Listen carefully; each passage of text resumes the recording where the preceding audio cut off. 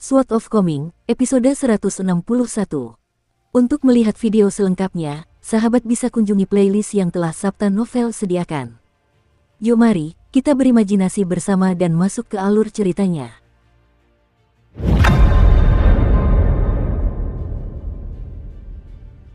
Kereta kuda pemberian Gao Xuan kepada Chen Pingan tiba agak terlambat, baru sampai di Chen Pingan larut malam. Kusir kereta kuda itu adalah lelaki tua tanpa janggut, orang yang sama yang selalu mendampingi Gao Xuan selama di dunia permata kecil, dan sejauh ini, Chen Pingan sudah bertemu lelaki tua ini 2 kali. Berbeda dengan sikap Gao Xuan yang ramah dan murah hati, lelaki tua itu memasang ekspresi acuh tak acuh, dan setelah menyerahkan kereta kuda kepada Chen Pingan, ia mulai berjalan kaki kembali ke ibu kota. Sebelum berbuat demikian, dia menoleh untuk melirik Cui Chan, tetapi Cui Chan sedang sibuk mengagumi betapa luar biasanya kuda yang menarik kereta itu, dan dia sama sekali tidak menyadari perhatian lelaki tua itu. Cui Chan melompat ke atas kereta dan dengan sukarela mengambil peran sebagai kusir kereta, lalu melambaikan tangan ke arah Chen Pingan sambil berkata, "Kereta ini belum diutak-atik sama sekali, jadi kita bisa menggunakannya tanpa ragu." Chen Pingan memeriksa keadaan sekelilingnya dan mendapati bahwa hari sudah cukup gelap, dan karena adanya jam malam di ibu kota, jalan resmi yang ramai dan sibuk di siang hari menjadi benar-benar sepi di malam hari. Chen Pingan menggelengkan kepalanya sambil berkata, "Ini kesempatan bagus bagiku untuk berlatih meditasi berjalan. Fokus saja mengemudikan kereta, aku bisa mengimbangi asalkan kamu tidak melaju terlalu cepat." Cui Chan tahu betapa keras kepala Chen Pingan, jadi ia tak repot-repot membujuknya lebih jauh. Ia perlahan mengemudikan kereta sambil menyesap anggur sambil bergumam, ada banyak hal yang perlu dikhawatirkan dan dicemaskan, tetapi semua hal pada akhirnya akan berakhir.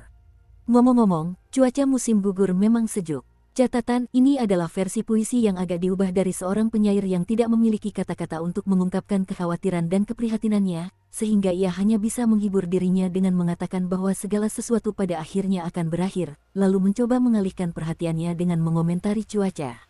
Kita lanjut ke alur ceritanya. Sementara itu, Chen Pingan mengikuti di belakang kereta kuda dalam diam, mengulangi meditasi berjalan 6 langkah tinju pengguncang gunung berulang-ulang. Pada titik ini, meditasi berjalan dan berdiri sudah menjadi kebiasaannya. Adapun Cui Chan, dia terus mengoceh tak masuk akal, mengutip kutipan-kutipan dari kitab suci Konfusianisme pada satu saat, lalu melantunkan frasa-frasa puisi acak pada saat berikutnya, dan dia nyaris tak diam bahkan sedetik pun. Pada akhirnya, ia bahkan mulai bernyanyi tentang bagaimana ia memiliki seekor keledai tua yang tidak pernah ia tunggangi, dan setelah mendengarkan ocehannya selama hampir 2 jam, Chen Pingan akhirnya menghembuskan napas dan berhenti dalam meditasi berjalannya, lalu menyatakan, "Saya akan beristirahat di dalam kereta." Baru setelah masuk ke kereta dan meletakkan keranjang di punggungnya, Chen Pingan menyadari ada tumpukan kecil guci dan botol kecil di sudut. Namun, karena gelapnya ruangan, ia tidak dapat melihat isi wadah-wadah itu. Cui Chan tersenyum sambil menjelaskan, ada beberapa toples anggur berkualitas, beberapa pil untuk kultivasi dan pemulihan cedera, bahkan beberapa alat rias. Gao Xuan itu memang pria yang menarik. Jika kita kesampingkan fakta bahwa dia berasal dari negara musuh dan menilai karakternya saja, dia jauh lebih ramah dan akomodatif kepada orang-orang yang berguna baginya daripada adik dari temanmu, Song Jixin, dan mantan muridku, meskipun mereka berdua pangeran. Chen Pingan duduk di belakang Cui Chan dengan sisi tubuhnya menghadap ke arahnya dan kakinya menjuntai di luar kereta sambil menggelengkan kepala dan berkata, "Song Jixin tidak pernah menjadi temanku." "Aku yakin, Song Jixin. Kurasa kita harus memanggilnya Songmu sekarang, pasti akan patah hati mendengarnya." Cui Chan terkekeh. Sebelum meninggalkan gang Fas Tanah Liat, Qi Jingchun menganugerahkan kepada Zhao Yao sebuah stempel bertuliskan, "Dunia menyambut musim semi." Sementara hadiah perpisahannya untuk Song Jixin berupa 6 buku, 3 diantaranya adalah buku-buku lain-lain, yaitu Mendalam dan Halus, Antologi Taoli, dan Kisah Pegunungan dan Laut, sementara 3 lainnya adalah buku-buku dasar, yaitu Prinsip-prinsip Kehidupan untuk Anak-anak, Ritus dan Musik, dan Antologi Esai Sastra. Song Jixin menyimpan emosi yang sangat kompleks terhadapmu. Demi menenangkan pikirannya, ia meninggalkan 3 buku terakhir di atas meja di rumahnya sebelum pergi. Namun, disitulah kompleksitas hati manusia berperan. Dia tahu, bahkan jika kau mengambil kunci yang dia lempar ke halamanmu, mustahil kau mengambil buku-buku itu tanpa izin. Meski begitu, dia masih bisa menghibur hati nuraninya dengan meyakinkan diri bahwa dia telah berbuat baik untukmu. Bukankah dia orang yang cerdas, guru?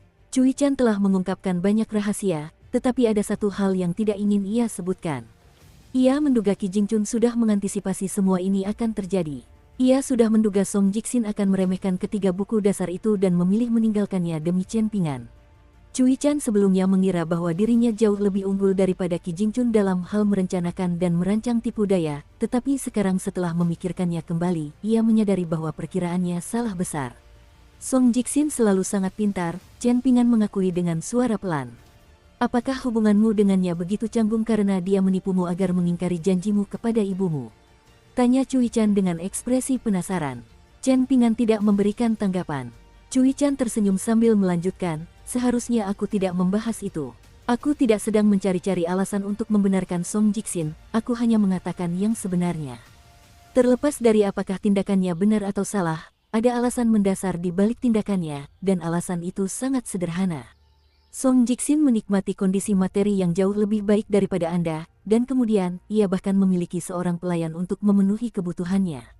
Selain itu, ia pandai membaca, menulis, dan kaligrafi, tetapi semakin ia unggul dari Anda, semakin besar pula ketidakpuasan dan kecemburuannya. Saat itu, dia secara keliru dianggap sebagai anak haram petugas pengawas tungku pembakaran, dan sejak kecil, dia selalu dihina oleh semua orang di kota karena hal itu, baik di depan maupun di belakangnya, ujar Chen Ping'an akhirnya. Cui Chan mengangguk. Itulah sebabnya, setiap kali Song Jixin melihatmu, dia akan berpikir, mengapa orang seburuk dan semiskin dirimu setidaknya memiliki orang tua yang lengkap, tetapi dia tidak. Bahkan, dia tidak tahu nama ibunya sendiri. Hal yang paling tak tertahankan baginya adalah betapapun tragisnya hidupmu, di matanya, kau tampak menjalani hidup yang jauh lebih menyenangkan daripadanya. Setelah perutmu kenyang, kau akan tidur, dan setelah bangun, kau akan sibuk dengan kegiatan sehari-harimu. Setiap kali Song Jixin melihat ini, ia akan diliputi rasa iri dan frustrasi. Karena itu, ia ingin mewariskan penderitaannya kepadamu, dan ia tahu apa yang paling kau pedulikan, jadi ia memutuskan untuk mengambilnya darimu. Chen Ping'an masih ingat malam hujan di gang vas tanah liat itu. Itulah pertama kalinya ia dihinggapi keinginan untuk membunuh seseorang, dan ia hampir mencekik Song Jixin hingga mati malam itu. Liu Xianyang telah menyelinap keluar dari tungku bersamanya, dan tanpa sengaja ia menyaksikan tindakan Chen Ping'an dari jauh.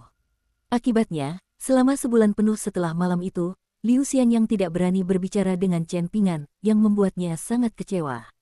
Tindakan seorang anak dapat mengakibatkan berbagai macam konsekuensi, entah itu menggelikan, menyedihkan, atau mengerikan, Cui Chan mendesah. Anak-anak bukan hanya punya hati seperti anak-anak. Ada banyak tokoh penting di posisi tinggi yang sama kekanak-kanakannya dan naifnya seperti anak-anak ketika menghadapi hal-hal penting tertentu yang membutuhkan tingkat kedewasaan dan kompetensi yang jauh lebih tinggi. Chen Ping'an memposisikan tangannya seperti tungku pedang, tetapi alih-alih melanjutkan meditasinya, ia berkata dengan ekspresi tenang, memang benar aku sangat membenci Song Jixin karena membuatku mengingkari janjiku kepada ibuku, tapi bukan itu yang benar-benar membuatku membencinya. Cui Chan sangat tertarik mendengarnya. Oh, apa lagi yang mungkin bisa dia lakukan? Saat Liu Xianyang hampir dipukuli sampai mati, Song Jixin sedang berjongkok di atas tembok di dekatnya, menyemangati orang-orang yang memukuli Liu Xianyang. Dia ingin melihat Liu Xianyang dipukuli sampai mati. Orang seperti dia, sangat menakutkan di mataku, jawab Chen Ping'an. Cui Chan terdiam mendengar ini. Chen Ping'an mengangkat kepalanya dan menatap ke kejauhan sambil berkata, di kota, ada pepatah yang mengatakan bahwa orang yang melihat orang lain membawa beban berat tidak akan mengerti betapa melelahkannya hal itu. Kurasa ini tidak terlalu tercela, tapi kalau ada orang yang dengan jahat menambah beban berat hanya karena mereka pikir itu menyenangkan, bagaimana mungkin kau bisa berteman dengan orang seperti itu? Song Jixin tidak pernah menambah beban di pundakmu, bantah Cui Chan. Jauh di lubuk hatinya, mungkin Song Jixin memang ingin berteman denganmu. Dia cukup pintar untuk tahu tipe orang seperti apa yang seharusnya dia jadikan teman. Misalnya, dia meremehkan Zhao Yao, yang dianggapnya tidak secerdas dirinya, tetapi dia tetap bersahabat dengan Zhao Yao karena hubungannya dengan Qi Jingchun. Aku tidak suka orang-orang seperti itu, kecam Chen Ping'an sambil menggelengkan kepalanya. Kau tahu, banyak orang juga akan tidak menyukai orang sepertimu, kata Cui Chan dengan jujur. Kenapa aku butuh begitu banyak orang untuk menyukaiku? Tanya Chen Ping'an sambil tersenyum. Selama aku punya makanan, tempat tinggal, dan pakaian, aku tidak perlu khawatir.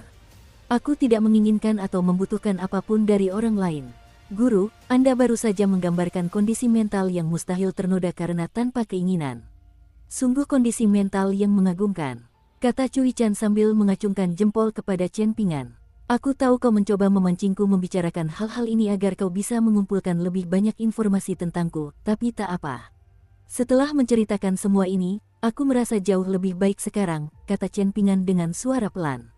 Guru, Anda memiliki kebijaksanaan luar biasa di balik kepura-puran yang sederhana, sementara saya menyimpan kebodohan luar biasa di balik kepura-puran kebijaksanaan, Cui Chan terkekeh. Jika kita bersatu, dunia akan menjadi milik kita. Tiba-tiba, Chen Pingan bertanya, kamu pasti kenal A Liang, kan? Dia pernah menyanyikan lagu yang sama tentang keledai tua yang tak pernah ditungganginya. Ekspresi Cui Chan sedikit berubah setelah mendengar ini, dan ia menjawab, aku sudah mengenal A Liang sejak lama, bahkan lebih awal dari Qi Jingchun, dan tentu saja jauh lebih awal daripada orang-orang seperti Ma Zhan dan Mao Xiaodong. Dulu, saat aku minum-minum dengan A Liang, mereka berdua mungkin hanya sepasang anak kecil yang sedang bermain lumpur di suatu tempat. Saat itu malam dengan bulan terang dan sedikit bintang, dan sedikit kesedihan muncul di wajah Cui Chan saat angin malam bertiup menerpa rambutnya. Setelah meninggalkan kampung halaman, aku juga memulai perjalanan untuk mencari ilmu, tapi aku harus pergi jauh lebih jauh daripada kalian. Aku sangat bangga, dan setelah merasa sangat malu suatu kali, aku menerima cendekiawan tua itu sebagai guruku dengan penuh amarah. Saat itu, cendekiawan tua itu tidak begitu terkenal, dan ajarannya dianggap sesat, jadi akulah murid pertamanya. Qi Jingchun dan yang lainnya menjadi murid orang tua itu setelah saya, dan dia sebenarnya tidak memiliki banyak murid langsung. Gaya mengajarnya adalah dengan menekankan penyampaian pengetahuan sedetail mungkin. Terkadang, ada konsep-konsep sederhana yang dapat dengan mudah dijelaskan dalam beberapa kalimat, tetapi dia akan membahasnya selama berhari-hari, jadi dia tidak punya waktu dan energi untuk mempertahankan terlalu banyak murid. Dia memiliki lebih banyak murid yang namanya hanya nama, dan mereka yang rela merendahkan diri dengan menyebut diri mereka sebagai antek-antek sang bijak cendekiawan, jumlahnya terlalu banyak untuk dihitung. A Liang bertemu dengan cendekiawan tua itu bahkan lebih awal daripada aku. Awalnya, niat A Liang sebenarnya adalah untuk menghajar cendekiawan tua itu, tetapi dia bukan cendekiawan tua biasa. Sebaliknya, gaya bicaranya tak tertandingi. Ada perdebatan antara tiga ajaran, Konfusianisme, Buddhisme, dan Taoisme, yang diadakan setiap 60 tahun sekali, dan itu adalah peristiwa paling berbahaya di dunia yang tak tertandingi. Banyak tokoh cemerlang dari tiga ajaran tersebut telah terjerumus ke jalan yang tidak ortodoks selama perdebatan ini, yang akhirnya dianggap sebagai penyesat dalam ajaran mereka sendiri. Semakin dihormati dan dipuja orang-orang itu dulu, semakin mereka dikecam dan dikutuk setelah pertobatan mereka. Sebelum meninggalkan guru saya dengan percaya diri mengungkapkan wawasan saya sendiri tentang Konfusianisme selama debat untuk membantu. Lupakan saja, hanya orang tua yang sudah tua yang berbicara tentang kejayaan mereka di masa lalu. Sarjana tua itu adalah satu-satunya dalam sejarah yang berpartisipasi dalam 2 edisi debat berturut-turut, dan yang terpenting, ia menang di kedua kesempatan itu, tetapi itu cerita untuk lain waktu. Yang perlu Anda ketahui sekarang adalah bahwa saat itu, sungguh tidak berlebihan untuk mengatakan bahwa sarjana tua itu benar-benar tak tertandingi di dunia. Ia disebut sebagai pemimpin suatu ajaran, bagaikan bulan di antara bintang-bintang, dan jika seseorang bukan seorang cendekiawan, mustahil mereka dapat memahami kecemerlangannya. Kalau tidak, menurut Anda mengapa orang tua itu dihormati di kuil-kuil Konfusianisme, meskipun ia telah mendapatkan gelar kehormatan yang signifikan selama ujian kekaisaran? Bangsa kecil asal cendekiawan tua itu pada dasarnya memohon agar ia menerima gelar kehormatan dengan prestise yang belum pernah ada sebelumnya, tetapi cendekiawan tua itu dengan tabah menolaknya. Sebenarnya, ia sedang menyusun rencana. Bagaimanapun, tak perlu banyak bicara sebelum A Liang sepenuhnya terhanyut oleh kata-kata cendekiawan tua itu, dan kedua musuh bebuyutan itu pun menjadi sahabat karib. Sejak saat itu, status cendekiawan tua itu semakin menanjak, sementara basis kultivasi A Liang semakin menanjak, dan hubungan mereka berdua selalu baik. Di antara murid-murid cendekiawan tua itu, A Liang memiliki hubungan terdekat dengan saya, Qi Jingchun, dan seorang murid lain bermarga Zuo. Dukung terus channel YouTube Sabta Novel. A Liang telah melakukan banyak hal untuk kami bertiga. Khususnya, demi Qi Jingchun dan pria bermarga Zuo, dia telah berjuang dalam banyak pertempuran epik sepanjang masa. Senyum penuh kenangan muncul di wajah Cui Chan, dan ia melanjutkan, setiap kali A Liang kembali kepada kita setelah salah satu pertempuran epiknya, ia akan menyombongkan diri dengan mengatakan hal-hal seperti, wah, aku memang hebat, atau, waktu aku menghancurkan sekte itu hari ini, semua bidadari di sana bermata bintang dan ingin melahapku hidup-hidup. Lupakan saja, kalian masih terlalu muda untuk mengerti. Cui Chan menyesap anggurnya sambil mendesah. Ada satu sifat yang sangat mengagumkan dalam diri Liang, yaitu tidak seperti kami para cendekiawan, dia tidak pernah menyombongkan diri ketika berbicara. Setelah bercerita begitu banyak, Cui Chan akhirnya tersenyum dan menyimpulkan, hanya itu yang ingin kukatakan. Seperti yang kau katakan, aku juga merasa jauh lebih baik sekarang. Chen Pingan telah menutup matanya untuk bermeditasi, tetapi jelas bahwa dia telah mendengarkan dengan saksama setiap kata yang diucapkan Cui Chan. Cui Chan memasang ekspresi tenang di wajahnya saat berkata, kita sudah saling membuka diri, tapi itu tetap tidak mengubah fakta bahwa aku orang jahat, sementara kamu orang baik. Chen Pingan membuka matanya sambil berkata, saya akan terus berlatih meditasi berjalan. Silakan, kata Cui Chan sambil tersenyum. Dengan itu, Chen Pingan melompat turun dari kereta dan melanjutkan latihan meditasi berjalannya dalam diam. Senyum di wajah Cui Chan perlahan memudar, dan ia menghabiskan sisa anggur di kendinya dengan ekspresi bingung di wajahnya. Ia bergumam pada dirinya sendiri, Chen Pingan, apa kau tidak tahu kalau orang sepertimu juga menakutkan di mata banyak orang? Aku mendengarnya, teriak Chen Pingan dari belakang kereta. Cui Chan tertawa terbahak-bahak, pendengaranmu luar biasa, guru. Seperti yang diharapkan dari seniman bela diri berbakat luar biasa sepertimu. Tak lama lagi kau akan sepenuhnya tak terkalahkan dan menyatukan seluruh dunia di bawah benderamu. Terima kasih, gerutu Chen Pingan dengan suara sarkastis. Dalam perjalanan pulang, mereka melewati banyak lokasi yang indah. Kereta kuda dan kudanya telah dijual oleh Cui Chan dengan harga tinggi sebesar 1.500 tael perak, dan dengan dana tersebut, ia membeli sendiri sebuah rak buku yang indah, di mana ia mengisi semua barang berharga yang awalnya ada di dalam kereta tersebut. Berbeda dengan perjalanan ke negara Sui besar, Chen Pingan mempunyai lebih banyak waktu luang untuk berlatih tinju gemetar gunung selama perjalanan pulang, dan juga berlatih 18 perhentian. Selama tidak ada hujan lebat, ia berlatih 2 kali sehari, sekali di pagi hari dan sekali di malam hari. Ia melakukan meditasi jalannya dengan sangat lambat, seolah-olah Li Baoping dan Li Huai masih berlatih bersamanya, hanya saja anak-anaknya telah digantikan oleh Cui Chan, yang gerakannya jauh lebih luwes dan anggun daripada Chen Pingan.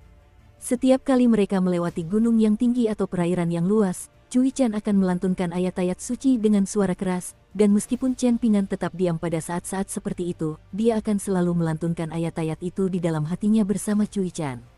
Berbeda dengan malam itu di jalan resmi di luar ibu kota negara Sui besar, mereka berdua tidak lagi terbuka dan berbicara terus terang satu sama lain.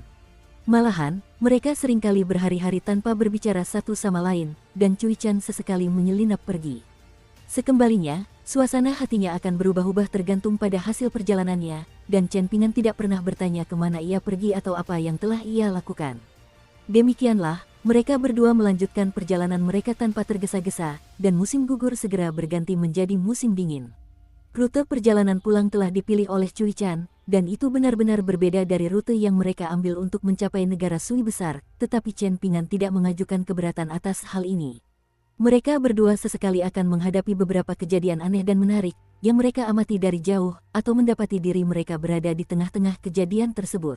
Meskipun Chen Pingan telah menyelesaikan perjalanan dari Kekaisaran Li Agung ke negara Sui Agung, ia tetap merasa bingung dengan beberapa kejadian ini. Suatu malam, mereka berdua sedang menyusuri sebuah danau besar di sebelah timur negara Sui besar.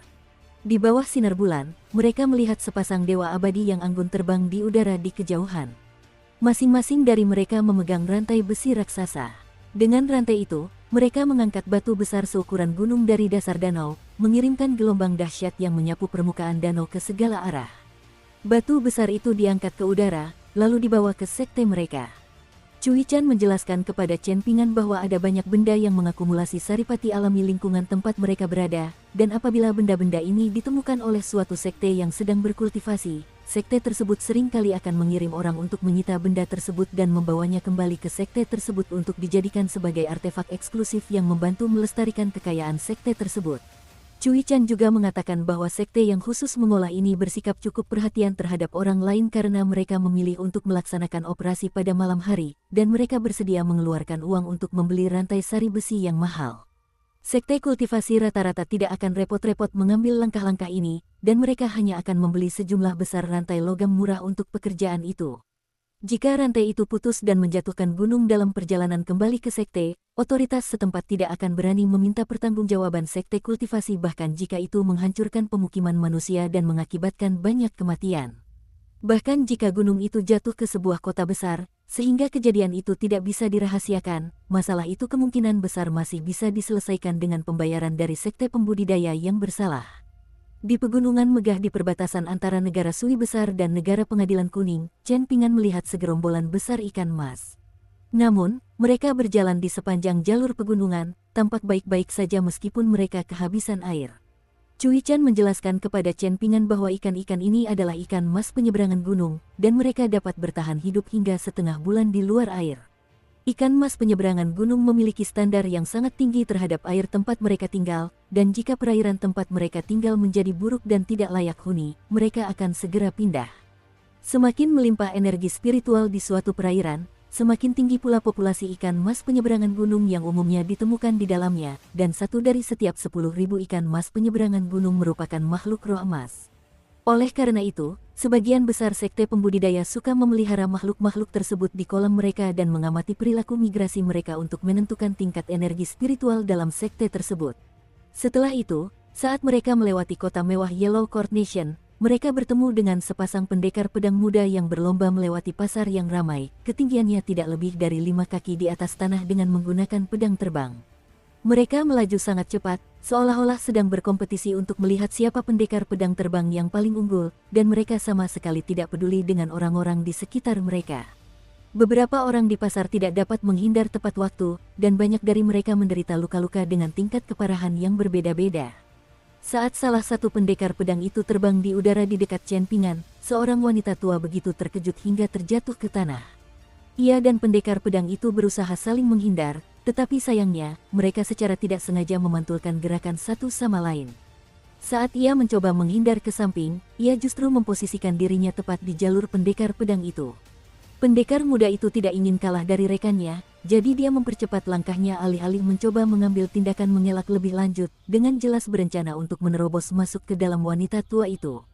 Kalau saja Chen Pingan tidak menyeret wanita tua itu keluar jalurnya, kemungkinan besar dia akan terbunuh di tempat.